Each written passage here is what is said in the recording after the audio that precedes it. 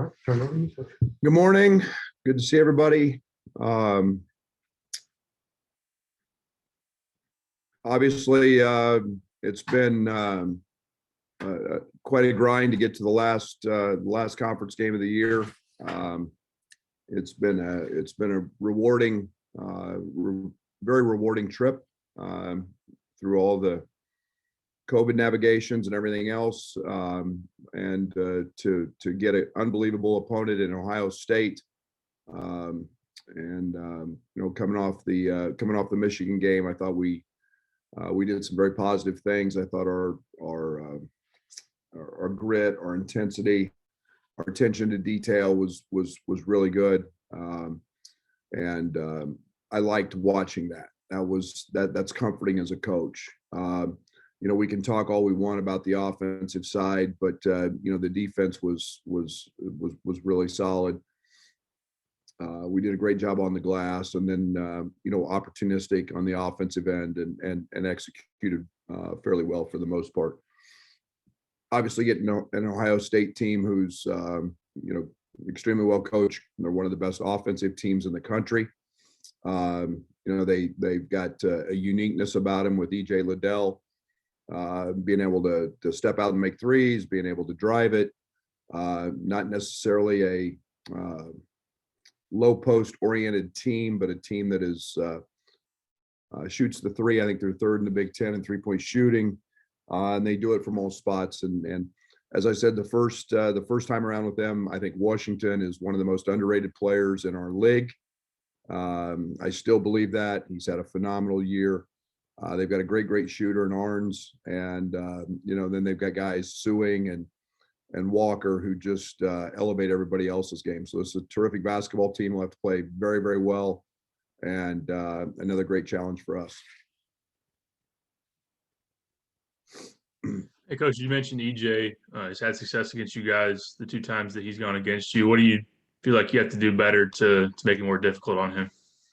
Just do that. Make things more difficult on him. We got a challenge. We've got to, he's a good player. He's a really talented kid. He's going to score, 16 to 20 because of his talent. And, we just can't give him the easy baskets.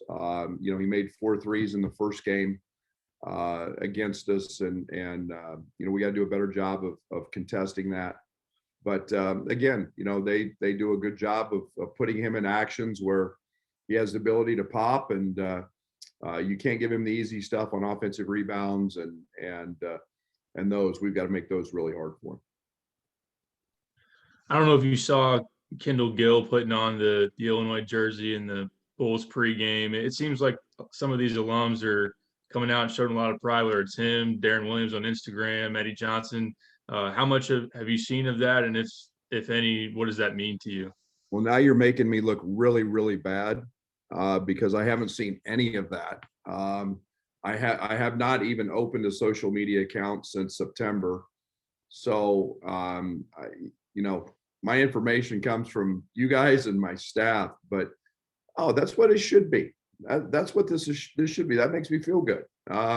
We want former players to always feel like they can call this home and be proud of it, and go to the water cooler or the coffee shop or the bar or wherever they go, and the golf course, and be proud to be able to talk about their school and their program, and that's what this thing is all about, and that's pretty special to know. Thanks for making me look bad. Thanks for making me look bad, Pipe. My bad. Thanks. Hey, Brad, obviously 3 games without Io, but you guys have done extremely well. What have been your biggest takeaway from the last 3 games playing without the best player in America? I mean, it takes a certain personality player to be able to step into an alpha role or roles and different roles. Not everybody can be Batman, and that's really hard to do. We've had guys who've done that and been able to make that step and not fear the moment, not fear the shot, not fear the free throws, not fear the step back jumper, DeMonte Williams, not fear going to the free throw line at the end of a game, and Andre Curbelo, not fear You know, the all the ball screen stuff that we ran against Michigan, Trent Frazier. You know, you got to have a personality that allows you to do that, not just the ability. And that's what I enjoyed seeing. And one more from me, Coach. Io was the first guy off the bench. He's been high-fiving. He's been still working out. What can you say about his leadership standpoint, even being out, but still leading this team at a high level? Good players make themselves better. Great players make their teammates better, and in whatever form that comes. And you know, his presence wasn't on the court, but his presence was felt in the locker room, at practice, on the bench. His knowledge. That's what great players do. Thanks, Brad.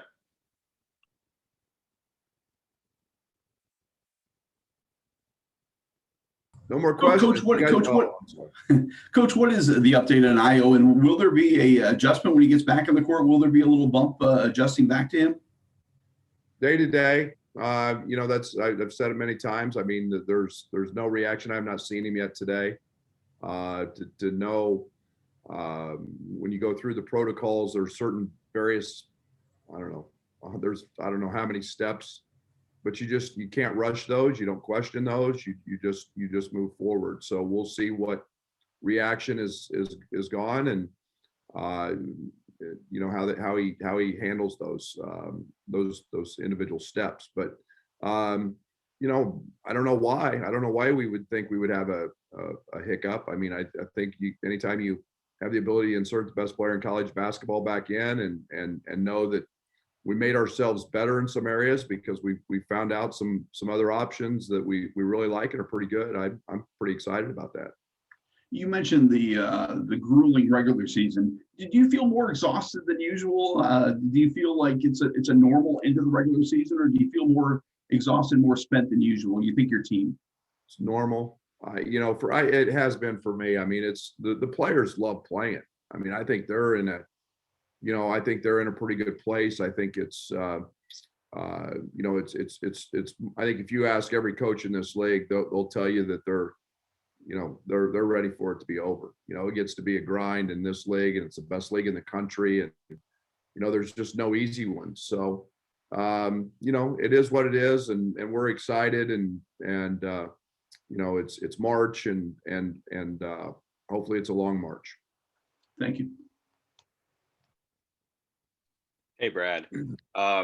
With all the success you've had this season, I'm just wondering, I know you guys don't really look ahead or anything, but do you ever just pause to kind of consider the specialness in some of these moments that, you know, will be memories that you guys look back on likely for a long time? Not yet. You know, I mean, we have a great appreciation. I mean, you know, Michigan was good. Wisconsin's, you know, is a ranked team. I think every game has their own identity and maybe their own value. To look back at the collective season, no, I don't. I haven't done that yet. We'll do that we'll do that at some other point down the road. You know, on a beach, and you know, cigar and whatever, when it's properly time to reflect. Now we don't have time to waste doing that. Right on. I've noticed you guys in some of the celebrations you've done, it looks like somebody's grabbing somebody by the back of the shirt like this. And I've seen Curbelo do it a couple times. I just wanted to ask, like, what that is, if you know. No clue. Okay. With Curbelo, it could be the widest spectrum of something ever. Who knows? I mean, the one thing we have is charisma. So you'll have to ask them. It's probably something they make fun of me about, which is a lot. So who knows? Yeah, I'll ask Andre about it. Thanks, Coach. Hey, Brad, there was a moment against Michigan, Trent shooting his technical free throws, and the other four guys are kind of arm in arm there on the other end of the court. What does that mean to you to see, and what is it about that team that's able to pull that connectivity together? That picture will last a long time. And that's one that won't be easily forgotten. To me, if you guys understand anything about me, that's our culture right there. That's our culture. And then to have Andre Curbelo jump in your lap, that's our culture. And those are moments that you strive for as a coach. The scoreboard can say a lot of things, but that's Illinois basketball right there. That's what I want it to be.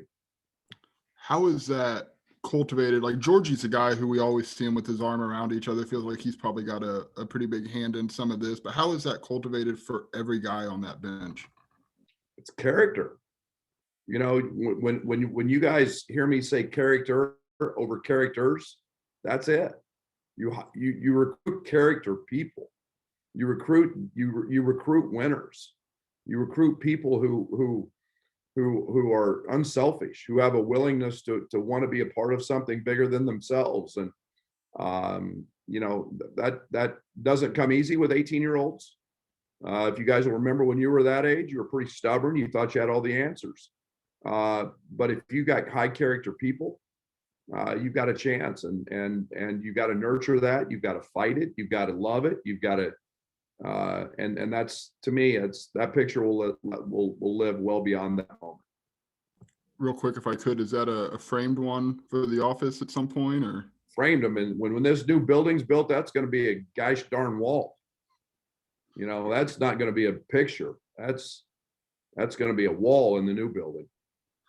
Thank you, Brad. Hey, Brad. I'm proud of myself, by the way, Joey. I didn't swear there. I was getting ready to say, I'm trying hard not to cuss. Hey, Same. Brad. Hey, Brad. With the Ohio State game on Saturday, you guys will play 20 Big Ten games.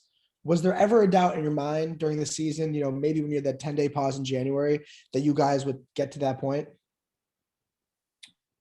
No, I think the league is, you know, we built these in. We've talked about this since July. You know, I think there was all different forms and possibilities out there. You know, I think it hasn't been easy, but nothing about this year has been easy, Brandon. I think that it's been a challenge. For me, it was about playing. It was about playing as many games so our guys felt as fulfilled about having a season as possible. And we knew that there would be hiccups. But you know, I think the league has put a plan together that was very workable. We did a great job with the officials, putting them in a bubble. And I think that, you know, overall, were there hiccups and situations? Yes, but that was to be expected. So I'm just glad we're in a position to play 20 games. And then the Big Ten actually finished second best in all conferences in terms of completing games. What does that say about the league? Yeah, kudos to the league office and putting a plan together that worked and that was safe. And I don't think we ever you know, ventured from what our plan was, and that was to do it safely and in the best way possible. And the everyday testing was fabulous and a pain in the butt at times, but you know, it's one of those things that was you know, it was mandatory. Everybody went through it, and I thought overall, you know, a great job by everybody involved. Thanks, Brad. Hey, Brad, you mentioned Tuesday night that, you know, a positive of sorts here with Iowa was you just got more comfortable with guys in different roles. But did you see maybe your players get a little more comfortable, confident as they all kind of shifted roles a little bit and maybe elevated their games across the board? Sure. There's no doubt you get confidence when you have success and doing something that you maybe haven't had to do or been asked to do. And you know, I don't think there was any doubt about that. And again, it's more the mental piece, and it's the you know, I use the word alpha all the time, but it's one of those things that not everybody can be that guy. Not everybody has the game to do that, and nor does anybody have the mental capacity to do that. And when you do it and you're asked to do it, you gain confidence. So there are a lot of positives in that. And I can ask you before the last game, sort of about the time frame of when you got hired. So kind of where the program's at now, but you're, regardless of that process, just has the culture you've been able to build plus the success, was this your vision in March 2017, when you took the job, or when you interviewed for the job? Yeah, I don't know what the timetable was. This is a great job.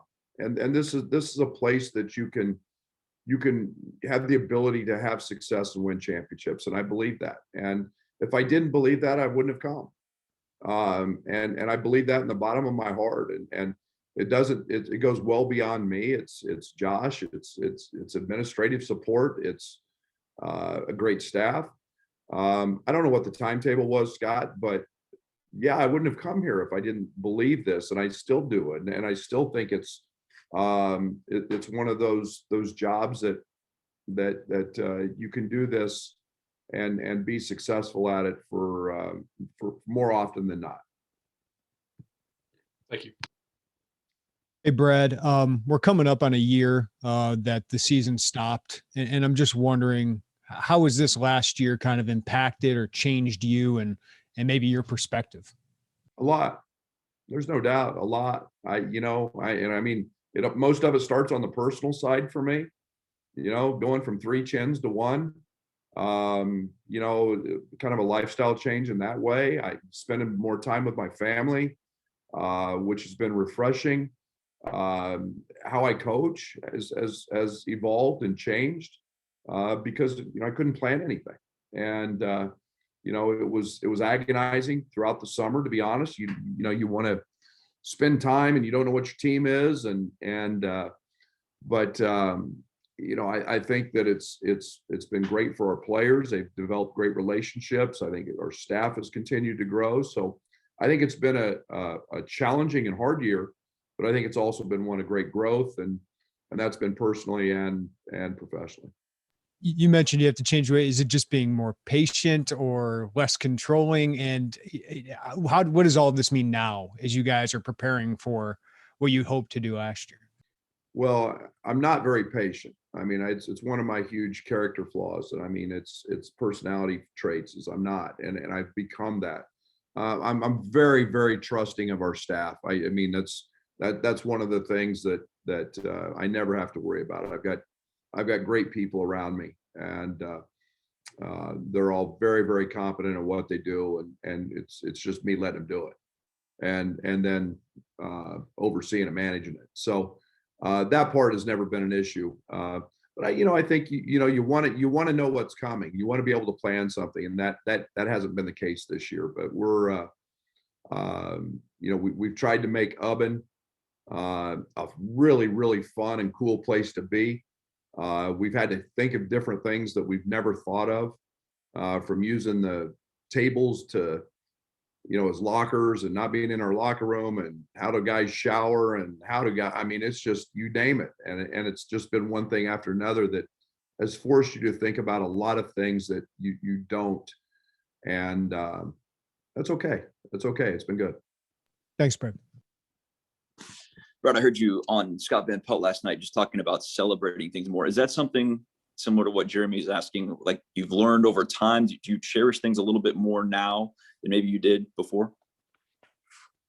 I think it's to answer your question directly, yes, but it's also a big part of the process. And winning is when you haven't done it, and we haven't at a level that we are. And even with Trent and DeMonte going through the whole process, and Tyler and Zach, probably Tyler's the only one that's seen real success, and those celebratory locker rooms. And I didn't want it to be like, okay, we're just supposed to do that. No, it's hard. You paid a price, especially this year. And how can we make it fun, and how can we continue the process? And so it's been just kind of a natural thing that's happened, but it's been planned, and we've got to keep celebrating those triumphs as they come. Thanks. Hey, Brad, if I could get one quick follow-up. You said you're off social media and, you guys are in such a bubble. Obviously, there's a lot of excitement around what you guys are doing. How do you personally feel that, given you don't see a lot of different people during the course of a season? It's absolutely fantastic for me. I mean, it is freaking great. Like I said, I mean, the first time I felt it, to be very honest, was last night when I came out of practice and there was a group of people sitting in the parking lot with a bunch of autograph paraphernalia wanting it signed. And I'm like, whoa, stop. You can't come near me. And you guys laugh and you guys think I'm kidding. I have not talked to anybody face to face who's not in everyday testing, other than that's in a Big Ten, deal. I just don't. I haven't been, get after me for not supporting the restaurants and whatever. I just haven't done. I haven't. It's been my way of doing it, and I want to lead by example, and so I haven't felt that. And like I said, Pipe made me look bad earlier by saying all these guys are wearing jerseys. I don't know that. And that's disappointing from a certain sense, but it's also been okay. Thanks, Brad. Hey, Brad, was it the first Ohio State game that made you realize you need to get Jacob Grandison more involved, put him in the starting lineup? Yeah, that was part of it. I think we'd been not great in some areas up to that point, but watching that game, we were a little discombobulated. There's no doubt, and that's not to take anything away from them. They punched us in the mouth. First 15 minutes was as bad as we've played, and they were great. So, and they did that without Walker in their game. So. That's it's a heck of it. Ohio State's good, and at that game we knew we were still searching for some things. Thanks. Coach, if I could ask one more on Io, you mentioned that Tuesday's shoot around was maybe the first time he had gotten to do any basketball activities. Curious what he's been able to do here in recent days. Try to get back into shape for one on Wednesday because our team was off. And he went through an individual workout. And then yesterday there was some participation in practice. So we monitored that very closely, but and then we'll see what today brings. Thanks. Thanks, guys. All righty. Thanks, Brad.